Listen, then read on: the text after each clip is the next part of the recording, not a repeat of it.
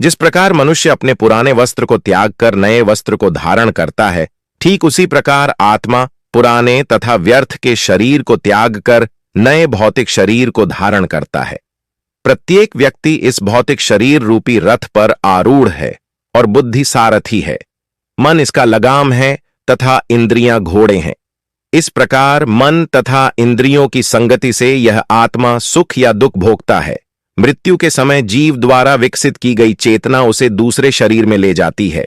कौन क्या कर रहा है, कैसे कर रहा है और क्यों कर रहा है, इन सब से आप जितना दूर रहेंगे उतना ही आप खुश रहेंगे। समझदार व्यक्ति जब संबंध निभाना बंद कर देता है तो समझ लेना उसके आत्मसम्मान को कहीं न कहीं ठेस पहुंची है। अहंकार, घमंड, क्रोध और निष्ठुरता ये अज्ञान से उत्पन्न हुए आसुरी प्रकृति के लोगों के गुण हैं। इनका त्याग करना ही हमें अच्छा इंसान बनाता है। मोह उसी का करो जिस पर आपका अधिकार है। जिस पर आपका अधिकार ही नहीं है उसका मोह भी नहीं करना चाहिए। विषयों वस्तुओं के बारे में सोचते रहने से मनुष्य को उनसे आसक्ति हो जाती है। इससे उनमें कामना यानी इच्छा पैदा होती है और कामनाओं में विघ्न आने से क्रोध की उत्पत्ति होती है। जितना हो सके खामोश रहना ही अच्छा है, क्योंकि सबसे ज्यादा गुनाह इंसान से उसकी जुबान ही करवाती है। हे अर्जुन, अपने परम भक्तों जो हमेशा मेरा स्मरण या एक चित्त से मेरा पूजन करते हैं, मैं व्यक्तिगत रूप से उनके कल्याण का उत्तरदायित्व लेता हूं। हे परंतप, जो लोग भक्ति में श्रद्धा नहीं रखते वे मुझे प्राप्त नहीं कर पाते, अतः वे इस भौतिक जगत में जन्म मृत्यु के मार्ग पर वापस आते रहते हैं। मौन सबसे अच्छा उत्तर है किसी ऐसे व्यक्ति के लिए जो आपके शब्दों को महत्व नहीं देता है।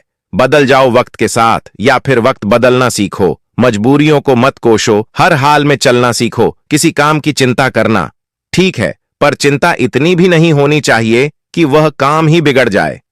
अच्छी नीयत से किया गया काम कभी व्यर्थ नहीं जाता और उसका फल आपको जरूर मिलता है। मैं किसी का भाग्य नहीं बनाता, हर कोई अपना भाग्य खुद बनाता है।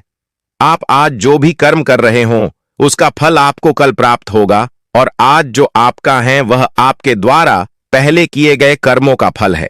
मनुष्य नहीं, उसके कर्म अच्छे या बुरे होते हैं, और जैसे मनुष्य के कर्म होते हैं उसे वैसा ही फल की प्राप्ति होती है। तुम्हें सिर्फ अपने कर्म करने का अधिकार है, किंतु कर्म के फलों के तुम अधिकारी नहीं है। तुम न तो कभी अपने आप को अपने कर्मों के फलों का कारण मानो, न ही कर्म न करने में कभी आसक्त हो। सही कर्म वह नहीं है जिसके परिणाम हमेशा सही हो, अपितु सही कर्म वह है जिसका उद्देश्य कभी गलत ना हो।